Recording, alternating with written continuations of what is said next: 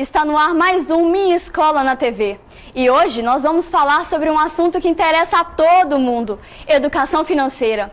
Um levantamento feito recentemente pela Serasa indica que quase 60 milhões de brasileiros estão inadimplentes e os jovens entre 18 e 25 anos estão entre os mais endividados. Muitos adolescentes não têm experiência em administrar o próprio dinheiro e isso pode se tornar um perigo na vida adulta. Então, qual a melhor forma de gastar seu dinheiro e não se embolar em dívidas? Para nos ajudar a responder essa e outras perguntas, nós convidamos o administrador e gerente da Caixa Econômica Federal, Luciano Sheik, para participar do programa de hoje. Também estão com a gente os alunos do Colégio Salesiano Dom Elvésio. Muito obrigada pela presença de vocês. Nós que agradecemos. Luciano, como o jovem pode aprender a gastar o dinheiro que ele recebe? O primeiro passo, primeiro é um prazer estar falando, né, com os telespectadores da TV Educar, com todos os participantes aqui desse debate. Aline, o primeiro passo é aquela conta simples antiga, né? A moda antiga é importante, a gente vê muita modernização, muitas questões muito importantes que o mundo moderno vai nos trazendo. Mas há um conceito antigo muito importante, que é simples e muito simples. Não gastar mais do que recebeu. Ou seja, saber efetivamente o que tem de disponibilidade em valores e sabendo isso mensalmente, o que é que eu posso gastar, até quanto que eu posso gastar. E ter o cuidado de endividamento, coisas que a gente pode ir ao longo do debate aqui esclarecendo. Então, a primeira regra é essa simplesinha mesmo, né, de ter esse cuidado de não gastar mais do que recebe. Ter um controle. Ter um controle. Bom, meu nome é Bruno, boa tarde, alunos, boa tarde. Como é que os jovens podem conseguir poupar dinheiro? Porque quando eu era menor, minha mãe, ela me ajudava nisso, ela me ensinou bastante isso, porque ela comprava aqueles cofrinhos em forma de animal, eu era apaixonado por aqueles cofrinhos, entendeu? Então ela falava assim, você tem que colocar moedinha lá para você alimentar ele, para ele ficar de barriguinha cheia, entendeu? Eu colocava moedinha o tempo todo. Aí quando quebrava ele, pegava ele contando dinheiro. Aí teve um dia que ela sentou e conversou comigo. Ô Bruno, o cofrinho, ele é, vamos supor, R$20. Era R$20 que a gente podia estar economizando também. Vamos fazer diferente? Vamos pegar um litro descartável e colocar as moedas dentro dele? Aí a gente começou a juntar assim, já economizando esse dinheiro do cofre também. Excelente. Também quando era criança, meu processo pedagógico de economizar, e que vale até hoje, vale para mim até hoje, esses primeiros passos são importantíssimos, Bruno. Porque vamos tomar emprestado da psicologia. Poupar é um ato, o conceito da psicologia, é a capacidade que o indivíduo tem de adiar uma satisfação. Quando eu poupo um dinheiro, seja num cofrinho, que tem um aspecto pedagógico fantástico, importantíssimo, a criança, o adolescente já vai estar aprendendo, poxa, eu preciso aprender a adiar uma satisfação. Em vez daquela moedinha que você ganhou naquele tempo, em vez de comprar um pirulito, uma bala, um brinquedo, você, poxa, eu vou guardar que lá na frente eu vou ter uma outra satisfação melhor com aquele acúmulo. Então, administração e economia também toma emprestado da psicologia esse conceito fortíssimo, que é ele que, na verdade, que vai permear o restante da vida da gente na nossa relação com o dinheiro. Porque a relação do dinheiro, antes era uma relação de troca, que quando não existia moeda. Aí a gente volta para a economia agora. Eu gostaria até de fazer essa contextualização histórica, se vocês me permitissem, mas esses segundinhos, porque aí a gente, pegando da história, a gente traz para o mundo de hoje e vê como que a gente se posiciona, né? Uma coisa importante também, então a moeda surge, o dinheiro surge no momento em que se a capacidade de atribuir valores de troca, alguém tinha um frango e alguém tinha, por exemplo, uma peça, um talher naquela moda, né, no tempo antigo. Como é que quantos frangos equivalem a uma colher, por exemplo? Quantas colheres equivalem para trocar um sapato, para trocar por um frango, por um carne de boi, etc. naquele tempo. Então surge a moeda, porque às vezes os parâmetros eram diferentes. Então esse dinheiro, o benefício do dinheiro, na verdade, era para trocar por bens. Então essa capacidade de adiar, voltando para a psicologia, qual bem que eu preciso efetivamente hoje na minha vida e qual que eu posso deixar para depois. Aí surge o conceito de poupar o dinheiro. Esse é um aspecto conceitual. Mas na sua pergunta, eu não sei se está embutido, se a gente fala agora ou depois, qual a melhor forma de poupar? O primeiro passo é esse que você deu exemplo. Sim. Segundo passo, você tem os bancos que podem receber esse recurso. Tem a própria poupança que uma criança pode ter. Nasceu, tem CPF, fez o CPF, já abre uma conta poupança em nome da criança. E temos hoje também, para crianças, a previdência privada, que é prepará-la para o futuro. Depois a gente pode falar sobre isso. Muito importante isso, Sim. né? Ok? E toda criança já teve um cofrinho, né? Com certeza. A grande maioria, com certeza, Grande já maioria. teve. Seja um porquinho, na minha época, quando eu era pequeno, eram... Ou garrafinhas, qualquer coisa que dê pra guardar, né? Alguns bancos, a Caixa, né, onde, por exemplo, eu trabalho, fez muitos de Copa do Mundo, os bonecos diferentes. Que é pra chamar a atenção das Chamar crianças atenção. até, né? Cada época tem a sua motivação. Aí tem já a interface com o marketing, né? Já tem interface com a comunicação, né? Sim. Que quando eu era criança, era o cofre Nick, que era um formato de foguete, porque estava em voga quando o homem foi à Lua, estava se lançando os primeiros foguetes. Então, não faço a conta da minha idade, não, só do formato, que é para atrair mesmo a criança, não, o jovem, para poupar. Sim. Os alunos gostariam de fazer alguma pergunta? Ô Luciano, na escola a gente conversa de vez em quando com os professores sobre educação financeira e até que ponto a escola tem que abrir esse diálogo com os alunos, porque vão sair dali cidadãos, vão sair dali gente que vai entrar no mercado de trabalho. Então, qual que é a importância da escola nesse processo? Qual é o seu nome? Marcos. O Marcos, a escola é uma colaboradora no processo, né? Ela não pode, muito interessante a sua pergunta, mas ela não pode ser a líder única do processo, mesmo porque ela não... o conceitual, eu acredito que a escola pode colaborar muito. Eu acho que ela, dentro desse conceitual, até desde as pequenas coisas, quando a gente estabelece limite, por exemplo, limite de entrada numa sala de aula, limite de presenças para ter aprovação, para não ser reprovado por falta de frequência, por exemplo. E são limites que são colocados que a gente tem que transferir para a educação financeira, para o nosso modo de lidar com o dinheiro. Mesmo o jovem que, por si só, ainda não é capaz de fazer o seu dinheiro, né, ele recebe do pai ou da mãe ou de alguém que cuida, é importante essa relação com os limites. Mas a relação mais prática, mais efetiva, acontece dentro de casa. A própria matemática, que ensina o que é uma conta negativa, tem vários outros conceitos dentro da escola. Mas ela, por si só, na educação financeira, eu acredito que possa ter uma ramificação dela como processo de colaboração. Não como ela ser responsável por que isso aconteça na vida do jovem. Ok? Luciano, quais são os principais erros que a gente comete e que pode nos tornar endividados? Voltando àquele princípio, né, o fundamental, que é não gastar mais daquilo que fazer a conta direitinho, de quanto que recebe, seja com parcelamentos. Agora, o endividamento fundamental, e aí assim, a gente profissionalmente trabalha muito isso, né? E eu só tenho orgulho um pouquinho, né, da empresa que eu trabalho, que ela não permite que a gente faça empréstimo para pessoas que a prestação ultrapasse a 30% da renda. Veja bem, então se eu estou comprando um automóvel ou um imóvel, estou fazendo um investimento pessoal, isso na pessoa física, né? E eu tenho esse limite. A Caixa trabalha com esse limite, é importante que também no dia a dia cada um de vocês trabalhem com esse limite.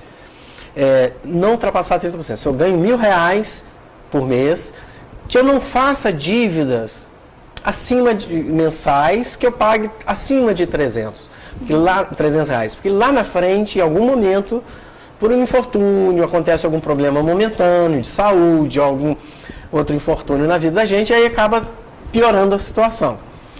Né? Então esse é o primeiro passo, para não endividar mais, não deixar que nenhuma prestação, somatórios das prestações, daquilo que eu tenho que pagar, né, financeiramente, ultrapasse a 30%. E também observar aquilo que eu já tenho como frequência pago. Se eu tenho conta em padaria, conta em farmácia, etc. Também que isso também não esteja em um percentual aí superior a 50% do total da renda da pessoa. Então, um cuidado com isso, né? Uma bola de neve, né? Isso aí só vai Bola de neve. piorando cada vez mais. Né? E como sair dessa bola de neve? Caso a gente ultrapasse esse limite. Aí depende de se a dívida é bancária, por exemplo, chegar no banco, né, honestamente, ou mesmo se for um devedor familiar, ou alguma coisa nesse sentido, chegar e repactuar essa dívida, aumentar prazo, procurar. Se aumentar prazo e diminuindo a prestação, as coisas tendem a normalizar.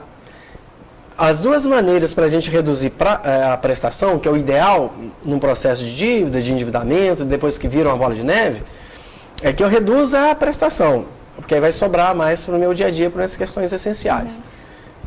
O negócio é negociar, né? Isso. Ou prazo pede para aumentar ou redução na taxa de juros.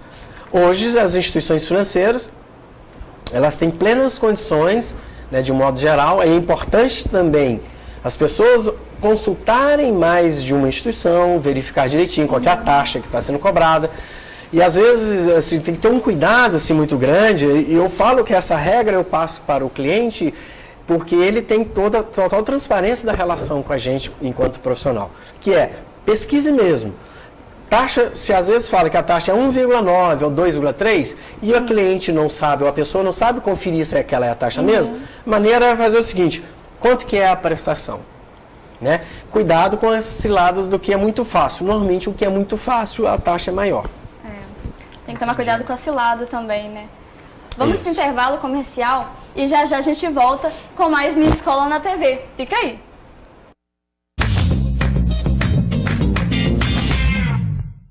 Olá! Voltamos com o programa Minha Escola na TV, hoje falando sobre educação financeira com Luciano Sheik, que é administrador e gerente da Caixa Econômica Federal, e com os alunos do Colégio Salesiano Dom Oveste. Bruno, sua próxima pergunta. Bom, Luciano, eu estava pensando aqui durante o comercial, além dos pais comprarem esse cofrinho como incentivo em forma de bichinho, em forma do foguete, que você citou o exemplo aí, qual outro modo que eles podem ajudar os filhos nesse caminho de aprender a economizar, de guardar o dinheiro e tal? Legal. É importante, sim, a educação financeira, né, que é o tema muito bem colocado por vocês, muito bem proposto, tem duas vertentes, é a tomada de crédito e o guardar o dinheiro. Uma outra maneira que eu creio que seja a previdência, né, abrir a conta poupança no banco ou ter uma previdência e mensalmente cria uma programação mensal de guardar esse dinheiro. Por exemplo, existe a previdência que se você programa para os 21 anos de idade, pode começar com um recém-nascido que já tem o CPF e programar até os 21 anos de idade, onde ali o jovem vai estar terminando uma faculdade ou iniciando uma faculdade. Então, juntou um dinheiro e dos 21, por exemplo, programar até os 25 ou até os 26, receber mensalmente aquilo ali fazendo uma universidade. Ou pode continuar depois com uma previdência lá para frente para complementar uma aposentadoria, que é um fator muito importante nos tempos atuais, que a gente tem visto aí as reformulações, né, na previdência para aposentadoria. Os jovens hoje devem estar assustados que cada vez mais cedo vão ter que começar a contribuir para poder se aposentar. Então é uma outra maneira, outra vertente, outro caminho. Um outro, assim, dentro de casa, na relação dentro de casa, eu acho muito importante também definir, né, para as crianças, os jovens que têm mesada, por exemplo, né, para famílias que têm essa oportunidade da mesada para o jovem, definir mesmo um valor X, ou mensal, ou semanal, ou o que for, que a família estipular, e o jovem de aprender a administrar aquele valor naquele período. Olha, você tem esse valor, faltou, guarda, é seu. Sobrou, aliás, sobrou, guardou. Começou a faltar, não tem mais, porque educa, né, pesa para o jovem, que às vezes, quando ele fica pedindo, eu quero isso hoje, amanhã eu quero aquilo, outro dia eu quero aquilo, ou o jovem ou a criança, que só ficam naquele formato, sempre pedindo e sempre tendo, é um caminho, é um indicativo do conceito lá da psicologia, né, que a gente falou antes, que vai fazer que essa pessoa seja gastadora depois, porque ela não encontrou limite mensal de receber do pai, da mãe ou da pessoa mais velha que cuida dela. E tem algum limite, alguma quantia de dinheiro adequada para dar essa mesada para o jovem ou fica a gosto dos pais? Fica a gosto dos pais, e eu acho que pelo mesmo lógico, nenhum pai, é muito pouco provável que vai dar um valor substancial superior àquilo que a gente falou. Coloca naquele pacote, né, dos 30%, 40%, 50% no total ali, da despesa do pai, depende aí da renda de família e por família, mas não tem isso estipulado não.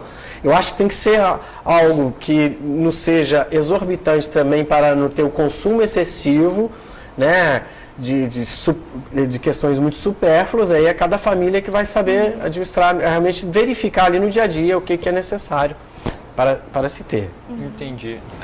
Um de vocês tem mesada em casa ou gostariam? Acha que fica mais fácil ou que seria mais difícil? Então, eu já ia perguntar para ele sobre isso. Meu nome é Isabela. E eu queria saber se você acha que é muito importante a mesada. Porque, por exemplo, lá em casa eu não tenho. Eu posso pedir para meus pais, tem uma condição que eu consigo pedir. Mas alguns amigos meus têm mesada e eu vejo que, tipo, eles têm aquele limite para gastar. Acabou ali, fica sem, não tem... Alguns pedem para o pai mais, alguns nem pedem. Então, eu queria saber a sua opinião. Você acha que é muito importante ter a mesada? Eu acho importante sim, porque você aprende a administrar o valor no tempo, o recurso. Você começa a ter mais relação com a finitude do dinheiro, né, da reprogramação. Eu acho que, eu tenho certeza que é muito importante. Até a partir de determinada idade, eu acho já legal esse 14, 15 anos de idade, 16, eu acho que já chega essa hora assim, olha, eu tenho X, eu vou ter que aprender a trabalhar com esse valor. Porque a vida é assim, né? Porque depois você vai estar entrando na faculdade, vem seu curso superior, né? Vai ter o seu trabalho e vai ter aquele recurso finito. Eu acho que é legal. No início causa um pouquinho de transtorno, tanto para pai quanto para filho, mas num dado momento aquilo se equaciona e fica uma coisa muito legal. Eu acho, a minha experiência e de muitas outras pessoas tem sido muito positiva nesse sentido. Até mesmo para o jovem aprender a administrar, que eu acho que é legal, responsabilidade, né? Porque às vezes tem até a responsabilidade, mas não tem a noção do recurso. Acho que o pai tem tanto, ou a mãe tem tanto, e na verdade não é aquilo tudo que tem essa disponibilidade. Como diz meus pais, né? Eu acho que tem uma árvore de dinheiro em casa. Exatamente. Aí já entra a próxima pergunta. Muitos jovens saem de casa na época de 16 até uns 20 e poucos anos para, às vezes, prestar na faculdade, fazer algum curso ou até mesmo trabalhar fora. E quais são as dicas para eles não gastarem mais do que devem? Porque é a primeira experiência deles sozinhos em algum lugar, né? Exatamente. Nessa experiência aí, eu posso dizer que eu tenho essa experiência, meus filhos, né, estudando fora. A primeira tentativa, a gente tem o cartão de crédito, por exemplo, que eu posso colocar do pai, que pode colocar o filho como adicional, como mesada, por exemplo. Né? Então, tem um cartão de crédito, porque por uma emergência morando fora, é bom que o filho não fique totalmente desassistido, só com dinheiro mandando toda vez. Então, aí entra um outro momento de administração de recursos. Tem um cartão de crédito adicional que ele limita o valor, ele pode gastar até X. E ter uma conta bancária, se for universidade, né? Tem as contas universitárias que tem as duas coisas, né? O cartão de crédito e o cartão de débito, que é quando chega o dinheiro na conta, pode utilizar para sacar o valor. Então, primeiro, esses são instrumentos bancários que eu acho que ajudam muito a administrar. São produtos bancários e serviços bancários que ajudam muito a administrar. E outra é somente realmente saber, o jovem que está lá fora, ele pensar que o foco dele, obviamente, primeiro é estudar, né, ter uma qualidade de vida de forma que ele faça a economia sem perder a qualidade de vida, ele mesmo que no dia a dia, que não há uma equação, não há uma receita prontinha para isso, mas que ele procure observar quais são os gastos necessários mesmo, efetivos para a formação dele, e tendo esses instrumentos aí de bancários que ajudam o policial a gente a evitar gastar mais do que pode. Que aí vai ter uma experiência assim, maior, né? Porque eles vão estar ali sozinhos e vão saber o que eles realmente precisam comprar. Com e certeza. tem alguma dica para a gente se autoavaliar antes de fazer uma compra que às vezes pode ser desnecessária? É só o tempo mesmo. Eu acredito que a compra é fazer a pergunta para si mesmo, né? Na hora que estiver lá no balcão do mercado, né? Nas gôndolas, ou estiver no... Porque a gente compra muito por impulso, né? Nós, muitas vezes, tem algumas experiências que o marketing empresta nessas situações, né? Pois tem pessoas que às vezes estão deprimidas, chateadas, aborrecidas, que compensam fazendo compras. Às vezes uma solidão, o jovem às vezes, por mais que ele esteja, por exemplo, no mundo de jovens, na universidade, na faculdade, mas passa às vezes conviver com menos pessoas num primeiro momento, porque ainda está conhecendo as pessoas. Pode ser que isso possa carrear para, né, canalizar energia para comprar algo que não seja necessário. Então é mais ou menos uma pergunta íntima mesmo. Eu preciso disso? Eu consigo adiar isso? É necessário nesse momento? Eu preciso dessa quantidade que eu estou comprando? Essas são perguntas que a gente tem que fazer para a gente mesmo naquele momento. Né? Também é difícil ter uma regrinha muito certa para definir isso. É bacana ter um controle sobre isso, né? Se tiver, inclusive, se me permitir, até no site da Caixa tem umas dicas lá, depois eu posso falar, que tem algumas... eu, na época, quando eu estudei, eu vi isso pela primeira vez, isso, olha, que foi na universidade, fiz há mais de 30 anos, né? Tinha um colega lá que isso pra gente era inusitado. Ele fazia uma planilhinha e todo final de mês ele falava, comprei isso de café, comprei isso de arroz, isso aqui, e mandava. Organizado. Organizadíssimo, né? Tem gente que chega a esse ponto. Né? E é legal, se isso não causa nenhum estresse para a pessoa, nem para a família, nem, etc. É bom mesmo fazer esse controle, até porque você compara mês a mês, você começa ali até se formar como um administrador.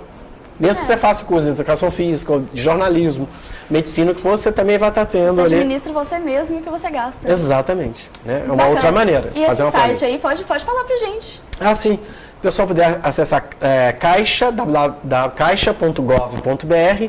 No alto lá do site, né, tem lá downloads. Aí downloads, aí tem lá vários, mas são, assim, tem mais de 200 cartilhas. Na educação financeira são 14 cartilhas. Aí vai descendo em ordem alfabética, chega na educação financeira.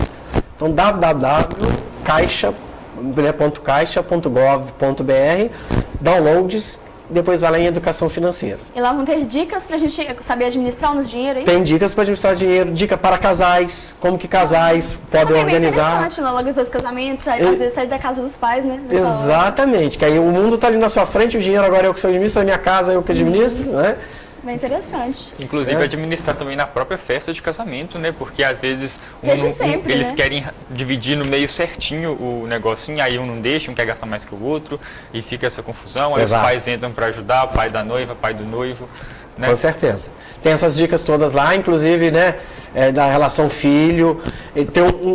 Tem um questionário, né? Tem um questionário que se faz na hora, e inclusive vem a resposta. Como é que está administrando o dinheiro? Bacana. Faz na hora, porque são 10, 15 questões lá, é só entrar no site da Caixa. É como se fosse um teste para você saber. Um teste. Então você já sai com o resultado. Você já olha o seu nível de habilidade de economizar para você poder melhorar. Exatamente. É muito educativo, muito interessante lá no site da Caixa. Então nós vamos dar uma pausa no Minha Escola na TV, visite o site, faça um teste, vê se você é consumista, se você está sendo controlado nos seus gastos. Vamos para o intervalo e já a gente volta.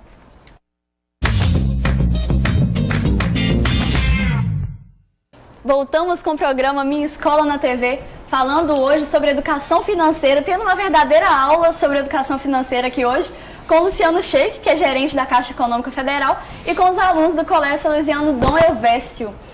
Bruno, sua próxima pergunta, como que é? É sobre empréstimos. Para a gente não cair naquela bola de neve que a gente conversou antes, o que a gente tem que observar antes de fazer um empréstimo? Os detalhes, a porcentagem que você tinha falado antes também. Ótimo. Vou recordar, assim, eu faço questão de frisar, né, aquela velha história dos 30%, né, também empréstimo, sim. Não vou pegar nenhuma prestação que supere os 30% da minha renda. Segundo, qual a finalidade do empréstimo? Em qual momento? Por exemplo, se eu vou fazer um empréstimo habitacional, que na verdade é um financiamento, né, eu estou só separando o conceito um pouquinho, o que é empréstimo, o que é financiamento. Empréstimo é quando eu pego o dinheiro e vou usar para qualquer finalidade. Financiamento tem algum bem atrás daquilo que eu estou tomando de recurso emprestado. Ou um automóvel, ou um imóvel, né? Sim. Perfeito? Aí é financiamento. Então, eu vou falar dos dois, que é importante. Por exemplo, financiamento habitacional. Né? O importante é consultar taxa. Em todos os empréstimos e financiamento, fazer comparativo de taxas. Né? Essa é a coisa mais importante. E perguntar qual que é o valor que eu pego, qual que é a prestação, qual que é o prazo. Muito importante a gente ter essas informações básicas. Financiamento habitacional. Por exemplo, eu gosto de muito que a pessoa observe o que é a composição daquela prestação. Eu vou ter seguro daquele imóvel junto, não vou ter, né? E quais condições também que eu estou pegando aquele financiamento. Que é um dos melhores financiamentos que tem o imobiliário, porque a pessoa sai de uma situação muitas vezes de aluguel, deixa de pagar algo que não vai receber nada em troca, e o financiamento de imóvel altamente benéfico, lá no futuro aquele imóvel é seu. No momento que assina, já é seu, mas fica alienado ao banco que fez o empréstimo. Então, observar essas 3 questões. Empréstimo de dinheiro, é esse que acontece com maior frequência, uma divergência muito grande de taxas. E quais são as exigências que tem por trás daquele financiamento? Que tipo de conta, ou empréstimo, né? Que tipo de conta que eu posso abrir, se vai ter tarifa de manutenção, qual que é essa tarifa de manutenção daquela conta, porque para se fazer um empréstimo bancário, tem que acreditar em alguma conta para a pessoa, né, para o cliente pegar o valor. Que tipo de manutenção que é, né? Então, aí, essa é a questão financeira, né? Lógico que entram outras questões do atendimento, da qualidade do atendimento, e cada um aí tem, a gente não precisa nem discorrer muito sobre isso. Então, mas o cuidado maior, observar com tranquilidade o prazo, a taxa, e se aquela prestação, o que vai pesar no meu bolso mesmo ao longo desse período. Luciano, qualquer pessoa pode pegar o empréstimo? Qualquer pessoa, desde que ela tenha renda, se observa, né? Qualquer pessoa que seja maior ou seja capaz, né? A maioridade hoje a partir dos 18 anos, né? Que tenha renda própria, ou se for emancipado, né? De acordo com as condições do Código Civil, né? Que lá esclarece quais condições que um jovem com menos de 18 anos poderia tomar um empréstimo ou fazer contratos, né? Qualquer pessoa que não tenha restrição com o CPF, ou seja, deixou de pagar alguém, especialmente, a não ser que seja um empréstimo consignado, que permite a pessoa tomar empréstimo mesmo tendo problema no CPF. Alguma restrição, porque deixou de pagar um cartão de crédito, ou porque deixou de pagar uma conta telefônica, ou tem algum protesto, tem alguma coisa lá no cadastro restritivo CPF. Somente os empréstimos consignados que devem permitir que se faça empréstimo mesmo com problema de CPF. Isso, assim, na nossa perspectiva de instituições financeiras que têm mais esse critério de empréstimo. Consignado, só para colocar, é quando a pessoa trabalha numa empresa, seja pública ou privada, e tenha convênio com uma instituição financeira em que possa pegar o recurso e descontar no salário mensalmente da pessoa. São juros normalmente bem mais baixos do que pegar o dinheiro diretamente da instituição financeira. Só integrando a pergunta, porque eu fiquei com uma dúvida sobre investimento. Eu não sei se tem alguma coisa a ver, mas veio na cabeça aqui, como é que a gente pode investir o dinheiro da gente assim? Tipo, a gente pega uma certa quantia que a gente já estava guardando com o intuito de investir, mas a gente não sabe no que investir. Você tem alguma dica do que a gente pode começar investindo? Legal. As perguntas de investimento, elas são 3 importantes perguntas que a gente tem que fazer que permitem a gente definir em que investir. Primeira pergunta, eu quero os 3 fatores: segurança, rentabilidade e liquidez. Explicando-se rapidinho para todos nós entendermos, que não quero falar economias aqui. Segurança, aonde eu estou aplicando naquele tipo de produto é um investimento seguro? Aquela instituição onde eu vou colocar o dinheiro é uma instituição segura, sólida, tem muito tempo de mercado? Segunda pergunta, rentabilidade. Eu quero ganhar muito ou eu quero uma coisa mais linear, sem grandes oscilações? E a terceira pergunta, liquidez. Eu preciso desse dinheiro mais rápido de volta ou eu posso esperar muito tempo, 6 meses, 1 ano? Quando eu me respondo isso, eu já começo a escolher produtos. Por exemplo, eu quero segurança absoluta, que não tenha garantia infinita. Caderneta de poupança. Né? Por exemplo, na Caixa Federal, é garantia ilimitada, porque é do Tesouro Nacional. Há outro tipo de aplicação, até R$250 mil. Quando eu estou trabalhando aqui, o fator segurança. Liquidez, eu posso perguntar do dinheiro daqui a 10 dias. Poupança, fundos de investimento, qual o valor que eu tenho disponível para aplicar? Então, tudo isso interfere. Então, se você fala qual que é melhor hoje, eu tenho que perguntar para o cliente o que ele espera dessas 3 coisas. Segurança na aplicação, quer o dinheiro para amanhã, para hoje, para daqui 15 dias, não, eu posso esperar 5 anos, 10 anos, quero juntar para daqui a 20 anos. Isso que vai definir o produto, né? Qual que a gente vai oferecer. Essa pergunta foi muito interessante, porque muita gente já quer abrir seu próprio negócio, mas não tem a mínima instrução sobre isso e acaba Excelente. no prejuízo, né? Exatamente. Muito importante. Alunos? Meu avô, ele sempre dizia que um carro é a sua segunda família, por causa das despesas. E muita gente tem esse sonho de ter um carro próprio, uma casa própria, só que quando compra, aí já vem as despesas, IPTU, tem o aluguel. A partir de que ponto que eu tô pronto para enfrentar essas despesas, de ter a própria casa, de ter o próprio carro, de assumir essas responsabilidades? A sua pergunta é muito importante. Tem duas possibilidades de a gente falar aqui.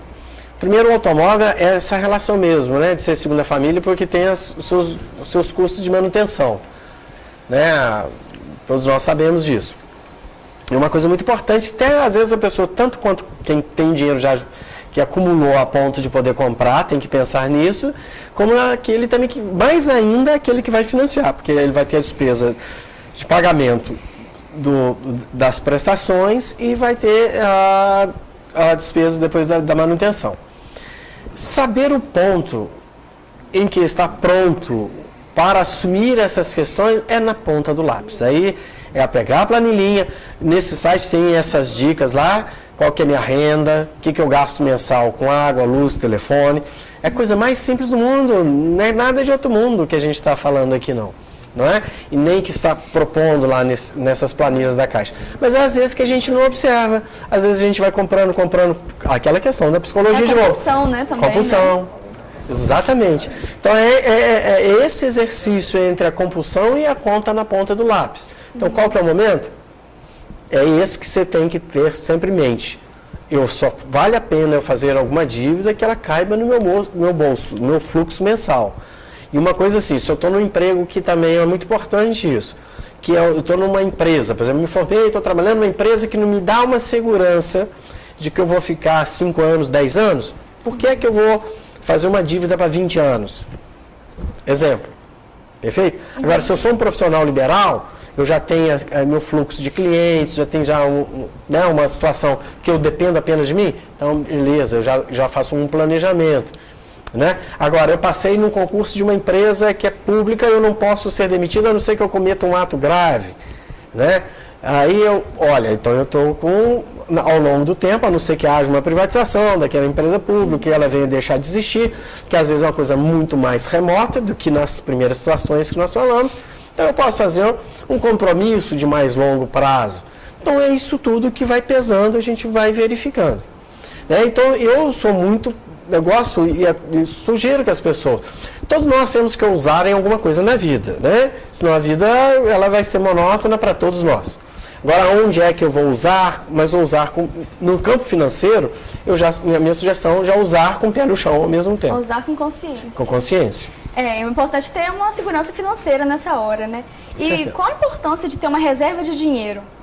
Eu acho fundamental. Eu gosto muito dessa ideia de ter uma reserva financeira, porque a vida, ela nos traz infortúnio. Que acabamos de falar agora, né? Acabou de linkar. Eu perco o emprego hoje, né? Para quem é empregado. Então, eu sou dono de uma empresa. E essa empresa vem encontrar o mercado recessivo para aquele produto, alguma questão ambiental, alguma questão econômica, ou alguma questão política, que são na estratégia das organizações. Isso interfere no resultado da empresa, se ela entra, por exemplo, no momento de declínio, é importante ela ter uma reserva. Ou então eu, como sócio, ter uma reserva porque eu posso capitalizar essa empresa num dado momento. Ou então ter algum infortúnio de saúde na família, pessoal, né? Uma coisa que pode acontecer. Eu acho que uma reservazinha não faz mal para ninguém. Eu acho muito importante em todos esses sentidos. Sim, eu e minha mãe, inclusive, a gente sempre pega um papel, escreve as nossas contas, os valores, tudo separado e sempre deixa uma reserva, entendeu? Aí a gente pensa assim, tirando essa reserva, a gente pode gastar até tanto esse mês, porque as reservas é mais para imprevistos, né? Aí Se não acontecer imprevisto, a gente guarda. E vai guardando. Maravilha. Você já tem como meta um tanto ali. Isso é uma educação financeira. Legal. Ele Muito faz uma interessante. planilha, né, para caso alguma imprevisto certeza. aconteça. Gente, vamos pro intervalo comercial e já a gente volta com Minha Escola na TV. Rapidinho, fica aí.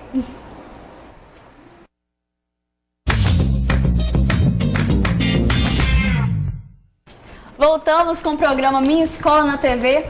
Hoje numa aula de educação financeira com o professor Luciano Sheik, né? Não, estamos aprendendo juntos. Aprendendo juntos. E com o Colégio Salesiano Dom Elvésio.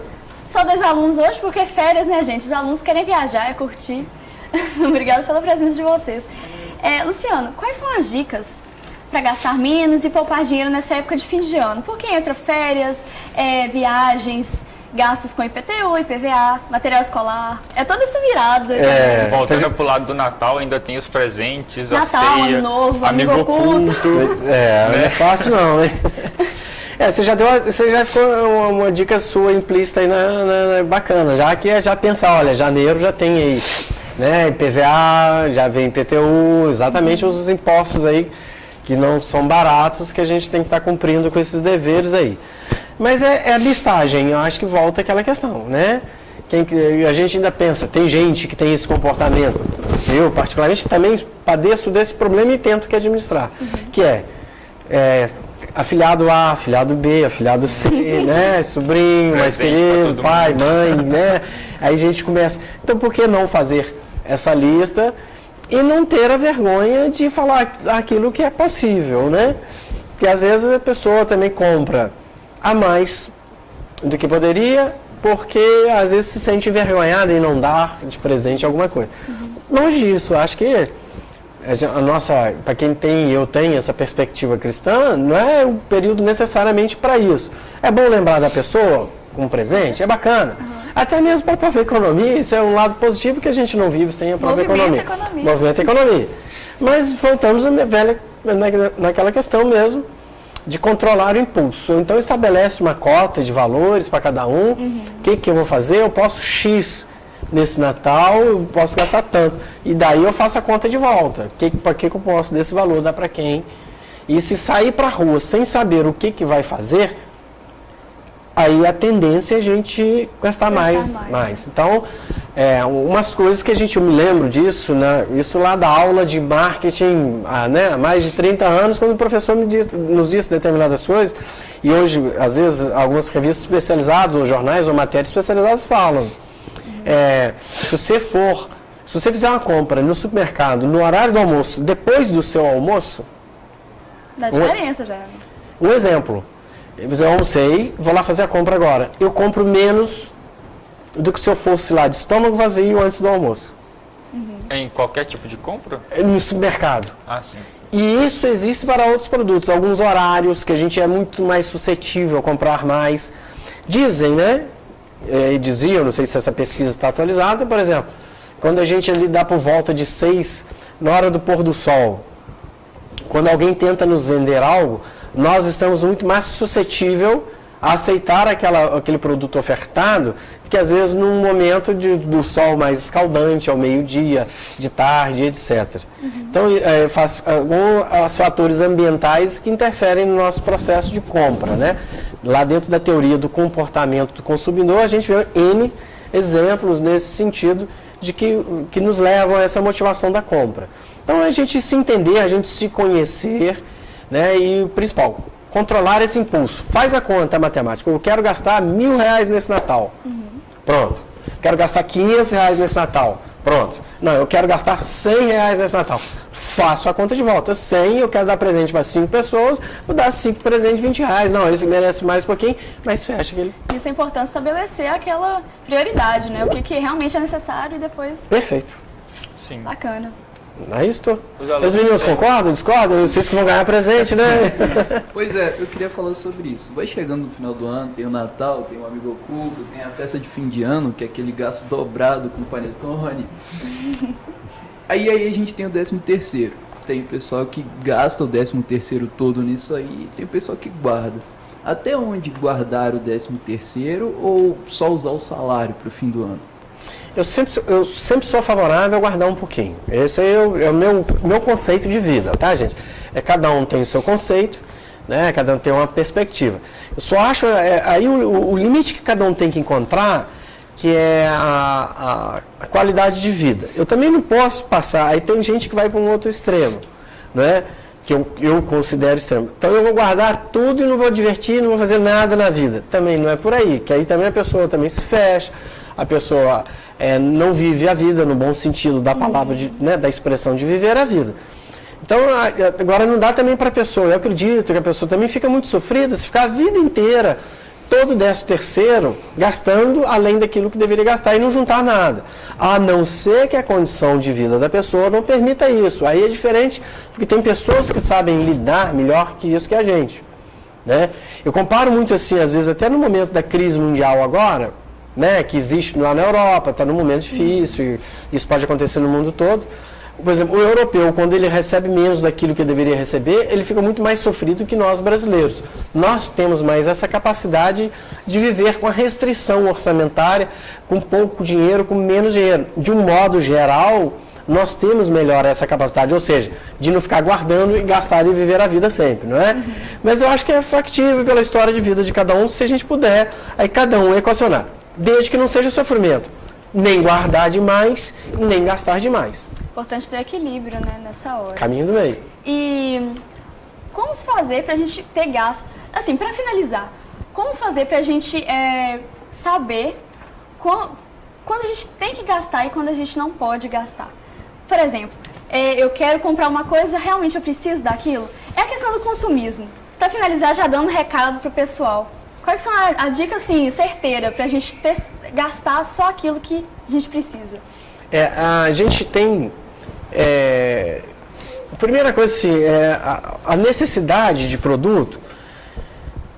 E tem uma outra coisa que está me lembrando aqui agora. A gente tem na economia que chama bens de Giffen, que é a substituição de um bem por outro parecido. Porque às vezes eu preciso de uma bermuda de caminhada, um exemplo. Aí às vezes, aí depende de cada um. Eu preciso de ser a melhor marca? Ou basta uma que me dê a satisfação de usar porque eu me senti bem em usar aquela bermuda? Eu até estou indo além um pouquinho só de não comprar e comprar. Se decidiu comprar o quê? E com qual preço? Eu preciso de ter uma inclusão social de usar a melhor marca? Porque nós jovens ou mesmo adultos, muitas vezes, assim, né? Faz parte da nossa natureza, nossa sociedade. Isso, né? Perfeito. Então, assim, eu também fazer essa pergunta no momento da compra. Eu preciso dessa melhor marca? Em cada coisinha que a gente for comprar. Eu acho que é isso, porque deixar de comprar não tem como. A nossa sociedade e o mundo funciona e é edificada pelo consumo. Você imagina bem se ninguém consumisse nada. O que ia acontecer, né? Desemprego também do mesmo jeito, porque tem indústrias montadas, né? Pátios montados. Então a dica, assim, volta muito naquilo. Eu preciso desse produto? Sim. E qual que eu vou escolher? Preço? Vou mostrar para os outros, para as outras pessoas? Eu tenho essa necessidade social? Tem que perguntar se a gente está comprando para nós ou para eles. Perfeito. Né? Bem colocado. Melhor colocado do que eu coloquei. Isso aí, show de bola. Obrigado. Beleza. Gente, nosso programa está ficando por aqui. Eu queria agradecer, Luciano, pela presença. Muito obrigada. Muito obrigada, alunos, pela presença. E o nosso programa fica por aqui. Com certeza. Obrigado a todos. Tome muito cuidado antes de fazer uma compra. Cuidado com o fim do ano. Cuidado com a virada do ano e os impostos que estão vindo por aí. Nós ficamos por aqui. Pense antes de comprar, viu? Até semana que vem. Um beijo e até lá.